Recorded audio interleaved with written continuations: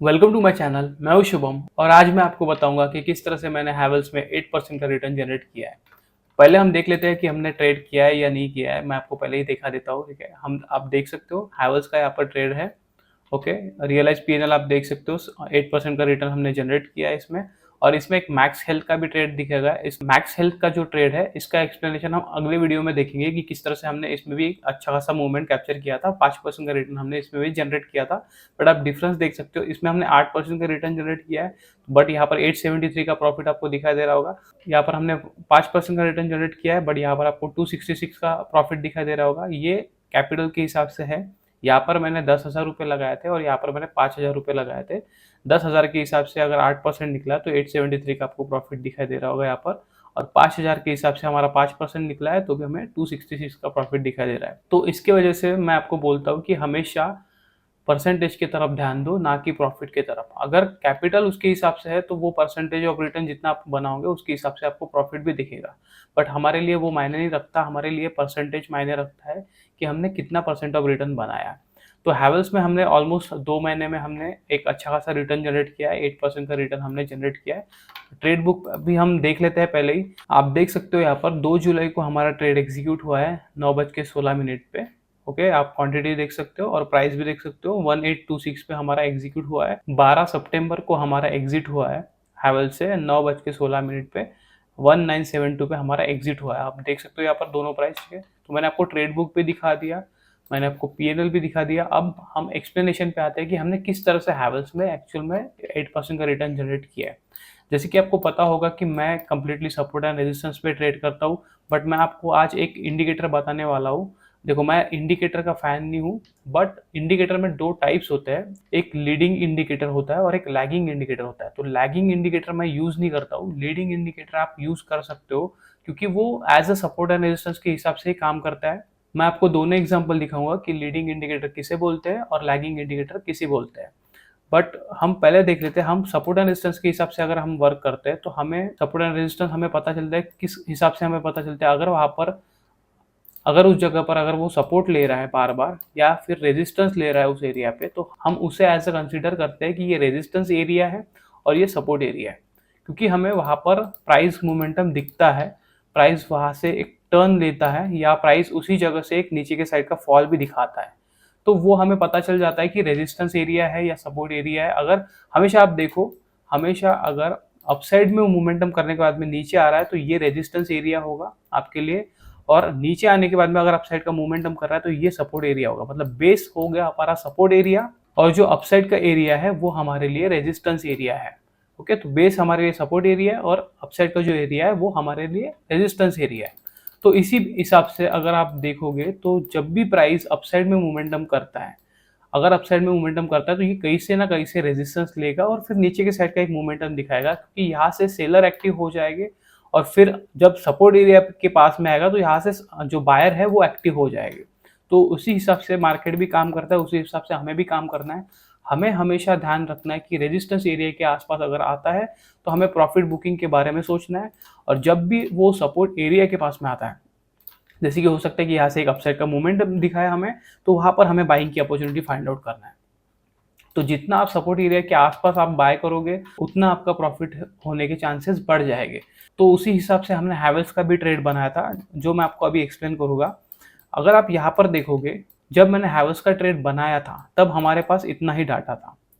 तो मैं ये क्यों दिखाता हूँ आपको, क्योंकि आपको समझना चाहिए। ऐसे अगर आप देखोगे तो ऐसे आपको समझ में आ जाएगा कि हाँ, यहाँ पर एक सपोर्ट एरिया था, यहाँ पर रेजिस्टेंस है, यहाँ से रेजिस्टेंस लेके नीचे आया। बट जब हम ट्रेड बनाते हैं तो हमारे पास कितना डाटा रहता है उसके बेसिस पे हमें ट्रेड बनाना पड़ता है, और पीछे का जो डाटा है वो देखकर हमें ट्रेड बनाना पड़ता है। जो पीछे का अभी अगर आप देखोगे तो यही हमें डाटा यहाँ पर दिखाई दे रहा है। जो डाटा यहाँ पर है, यहाँ से एक मोमेंटम आया था, यहाँ से एक रेजिस्टेंस लेके नीचे की साइड का फॉल आया, तो ये हमारे लिए रेजिस्टेंस एरिया क्रिएट हो गया। और ये यहाँ से फिर से अपसाइड का मोमेंटम दिखा रहा है, तो मतलब ये हमारे लिए एक सपोर्ट एरिया क्रिएट हो गया। तो हमें सपोर्ट एरिया फाइंड आउट हो गया, हमारे लिए एक रेजिस्टेंस एरिया फाइंड आउट हो गया। तो अभी हमें ट्रेड किस तरह से यहाँ पर फाइंड आउट करना है वो हमें सोचना है। तो उसके बेसिस पर अगर आप देखोगे तो हमारे पास इतना एरिया था, ये हमारे पास रेजिस्टेंस आ चुका था, ये हमारे पास सपोर्ट आ चुका था, क्योंकि यहाँ से मोमेंटम दे चुका था यहाँ पर। और एक अच्छा खासा मोमेंटम दे चुका था और जो रेजिस्टेंस एरिया है वहां से फिर से नीचे के साइड का मोमेंटम आया था। बट आप देख सकते हो कि यहाँ पर एक सपोर्ट एरिया क्रिएट हो चुका था। देख सकते हो ये एक सपोर्ट एरिया की तरह एक्ट कर रहा था। उसके बेसिस पे, ये सपोर्ट एरिया के बेसिस पे मैंने इस जगह पर एक ट्रेड एग्जीक्यूट किया था हैवेल्स में।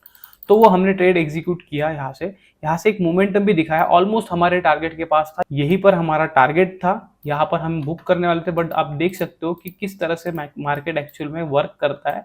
हमारे टारगेट के जस्ट आसपास आया, यहाँ तक आया, ठीक है। यहाँ पर हमारा टारगेट था, हमारे टारगेट से आप देखो यहाँ पर कि 7% यहाँ पर दिखाई दे रहा है और यहाँ पर 8% दिखाई दे रहा है। तो ऑलमोस्ट 1% से हमारा टारगेट रह गया।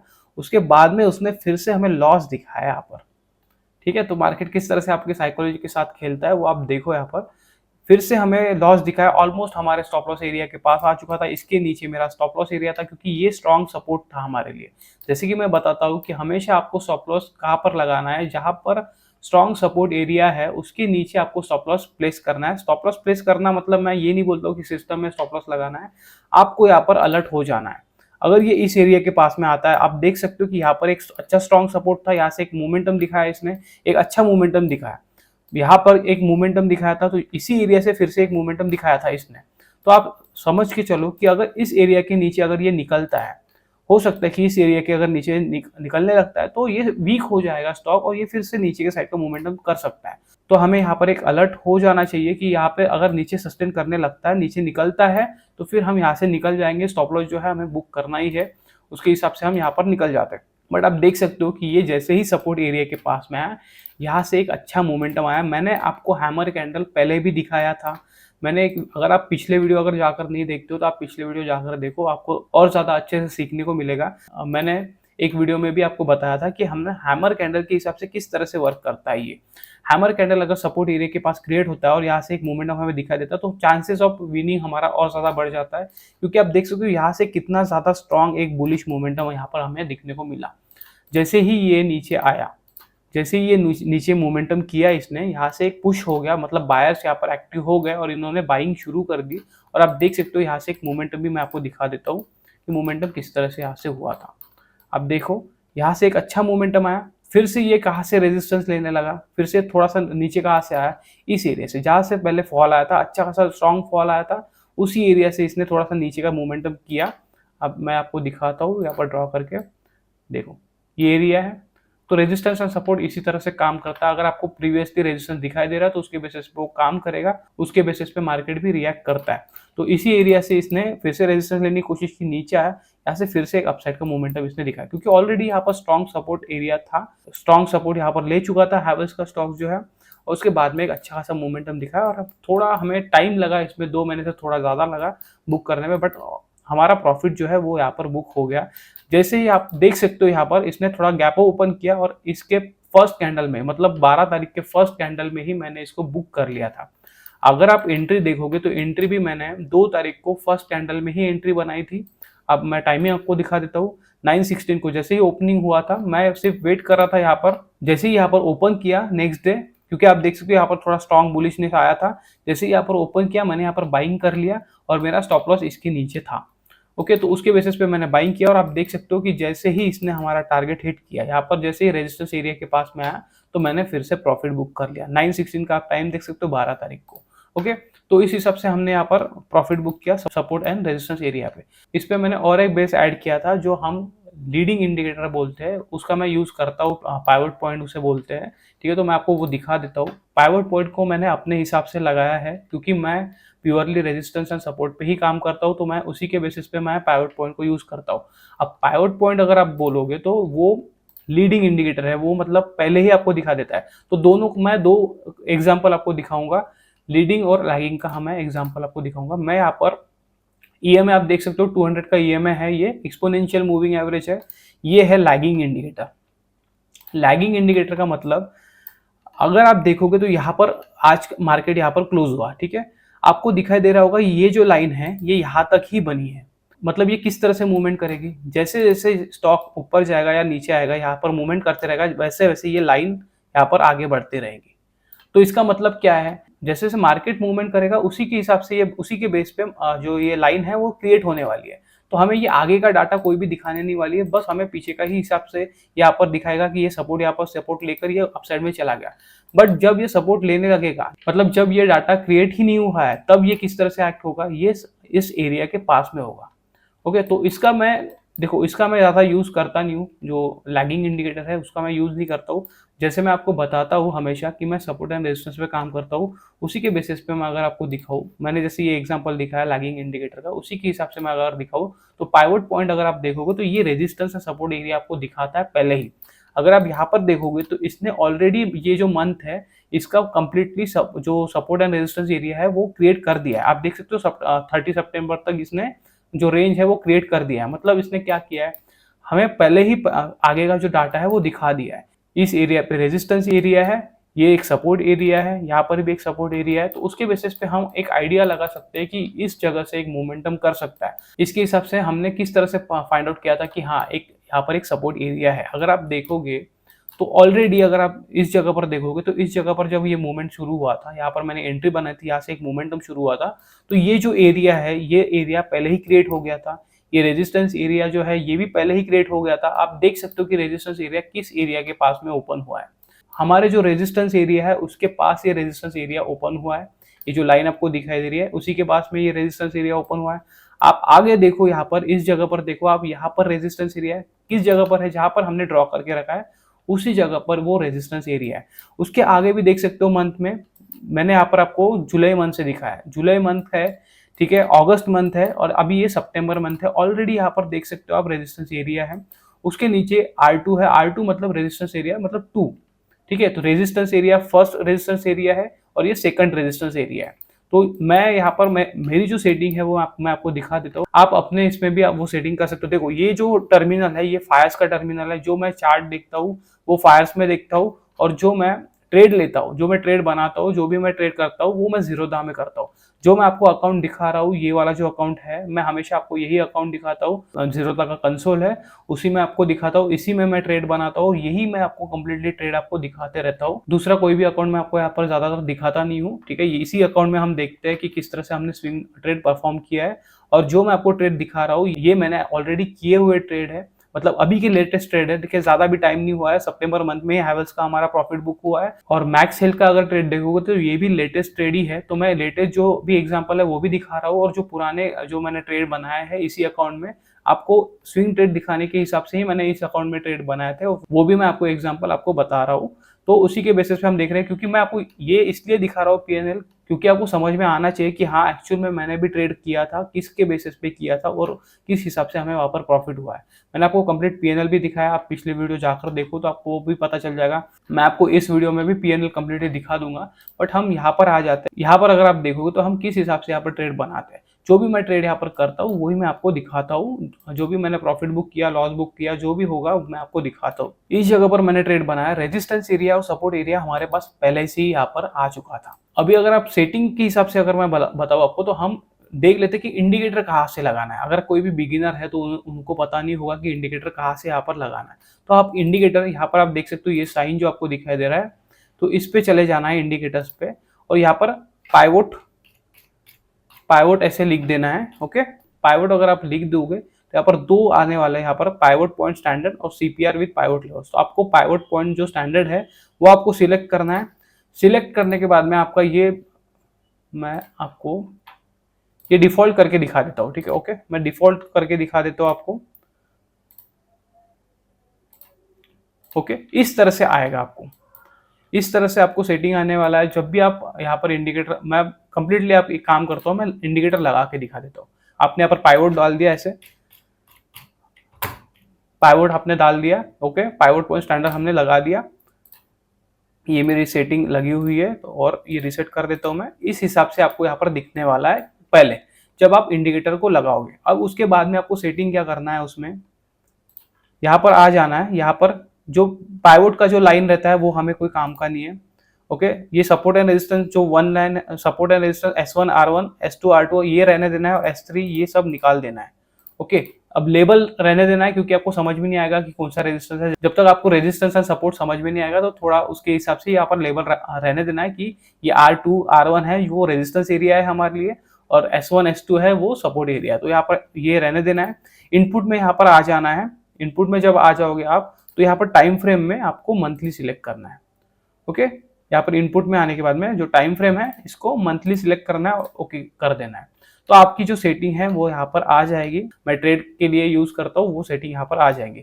इसको एज अ मैं बेस के लिए यूज करता हूँ कि कहाँ पर सपोर्ट एरिया आ सकता है, कहाँ पर स्ट्रॉन्ग रेजिस्टेंस एरिया आ सकता है, क्योंकि अगर मुझे पहले ही रेजिस्टेंस एरिया अगर पता हो जाता है तो मैं वहाँ पर प्रॉफिट बुकिंग के हिसाब से सोचता हूँ। अगर मुझे सपोर्ट एरिया पता हो जाता है कि अगर ये आप देख सकते हो, ये पहले ही आपको दिखा देता है कि सपोर्ट एरिया कहाँ पर है, तो वहां पर हो सकता है कि मैंने ट्रेड यहाँ पर बनाया तो ये सपोर्ट एरिया के हिसाब से मुझे यहाँ पर पाइवोट में भी दिखा रहा है कि ये सपोर्ट एरिया स्ट्रांग है, तो उसके बेसिस पे मैं यहाँ पर रुक सकता हूँ थोड़ी देर।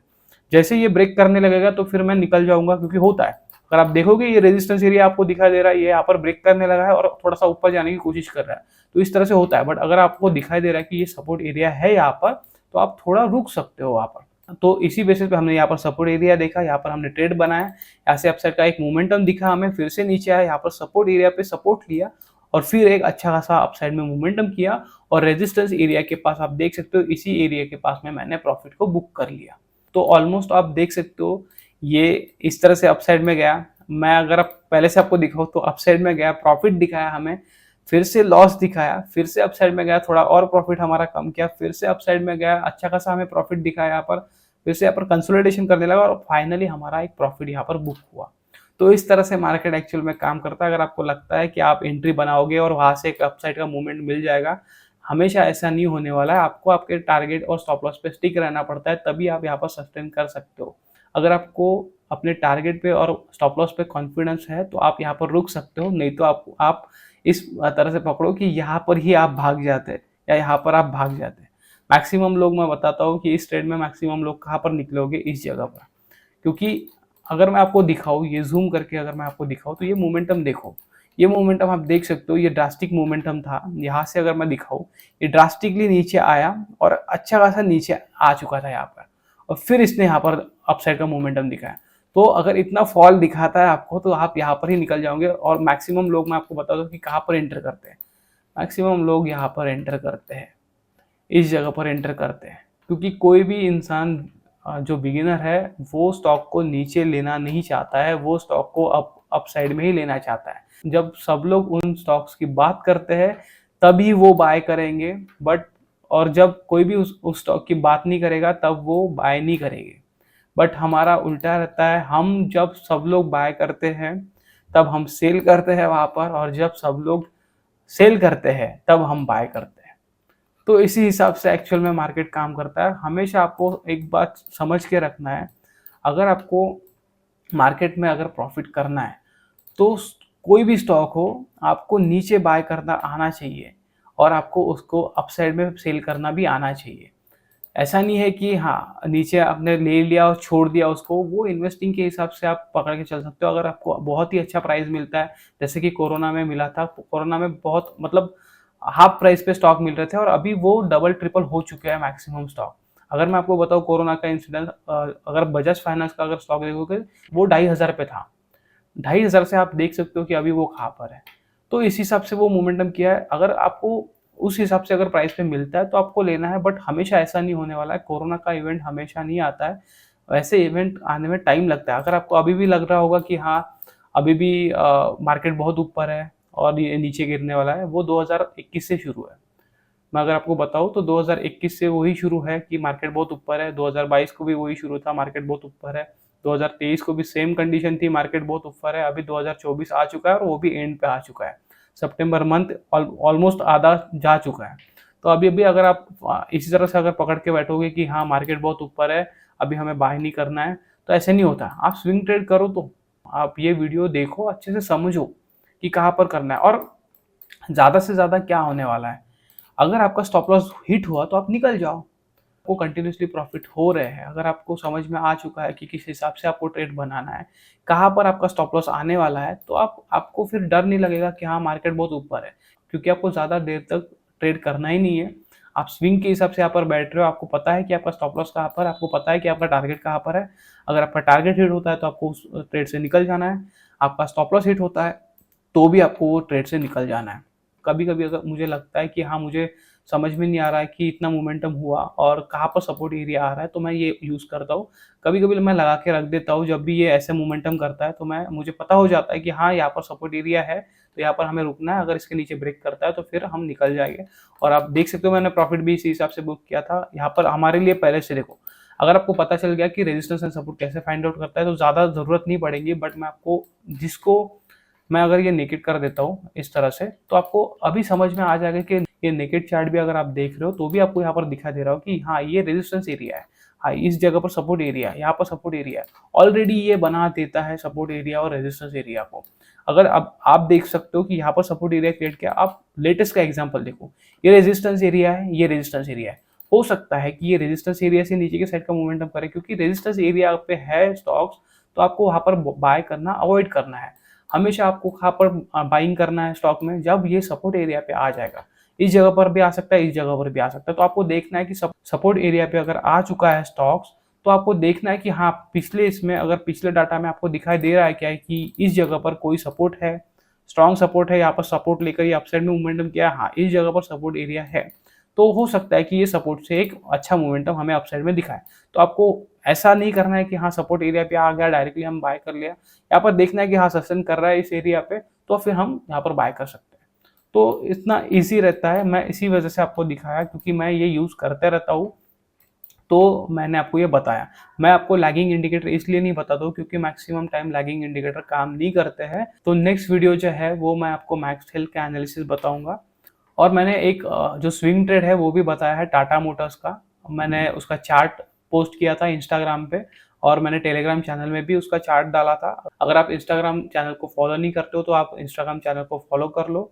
स्विंग विद स्टॉक से अगर आप सर्च करोगे तो आ जाएगा वो। और टेलीग्राम चैनल भी ज्वाइन कर लो, ताकि आप डेली अपडेट वहाँ पर ले सकते हो। आप वहाँ पर न्यूज़ के अपडेट्स आते रहते हैं, और मैं कोई भी अगर चार्ट मुझे लगता है कि हाँ, बहुत ही अच्छा है, यहाँ पर एक ट्रेड की अपॉर्चुनिटी है, तो वो मैं आपको वहाँ पर पोस्ट करता हूँ। बस आपको ट्रेड खुद से फाइंड आउट करना है, क्योंकि मैं आपको उस तरह से नहीं बताना चाहता हूँ कि हाँ, डायरेक्टली मैंने आपको बता दिया कि हाँ, यहाँ पर एक ट्रेड ले लो। अगर आप उस तरह से ट्रेड लोगे तो आप सीख नहीं पाओगे, इसलिए मैं आपको उस तरह से ट्रेड बताता नहीं हूँ। आप खुद का एनालिसिस करो। वहाँ पर मैंने एक पैटर्न ड्रॉ करके डाला है।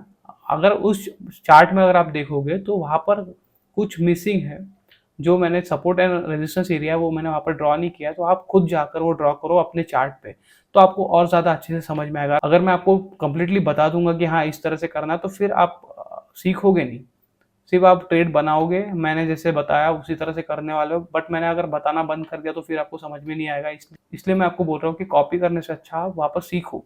मैं जो आपको सिखा रहा हूँ वो सीखो, तो आप खुद से ट्रेड फाइंड आउट कर सकते हो। और फिर ज़रूरत भी नहीं है कि मैं आपको बताऊँ, आप खुद से चार्ट फाइंड आउट करोगे और खुद का ट्रेड बनाओगे। मैं आपको यहाँ पर सब कुछ बता रहा हूँ जिससे एक्चुअल में आप ट्रेड कर सकते हो, जिससे एक्चुअल में आप प्रॉफिट कर सकते हो। कुछ भी कॉम्प्लिकेटेड नहीं है, मैंने कुछ भी इंडिकेटर्स यहाँ पर लगाया नहीं है ज़्यादा। जो इंडिकेटर एक्चुअल में काम करते हैं, जो लीडिंग इंडिकेटर है, वही मैंने यहाँ पर लगाया, जो मैं यूज़ करता हूँ वही मैंने आपको बताया है। कुछ भी डिफरेंट मैंने आपको बताया नहीं है। मैंने आपको यहाँ पर दिखा भी दिया कि किस तरह से वो वर्क करता है। मैं आपको नेक्स्ट वीडियो में जब मैक्सवेल का दिखाऊंगा तो उसमें भी आपको दिखाऊंगा कि किस तरह से मैक्सवेल के ट्रेड में भी है हमें पाइवट पॉइंट का जो है वो यूज़ हुआ है। उसमें भी एक अच्छा खासा उसके हिसाब से हमें ट्रेड एक देखने को मिला, तो मैं आपको वो बताऊंगा नेक्स्ट वीडियो में। बस आप वीडियो को कम्प्लीटली देखो, आप स्किप करके मत देखो।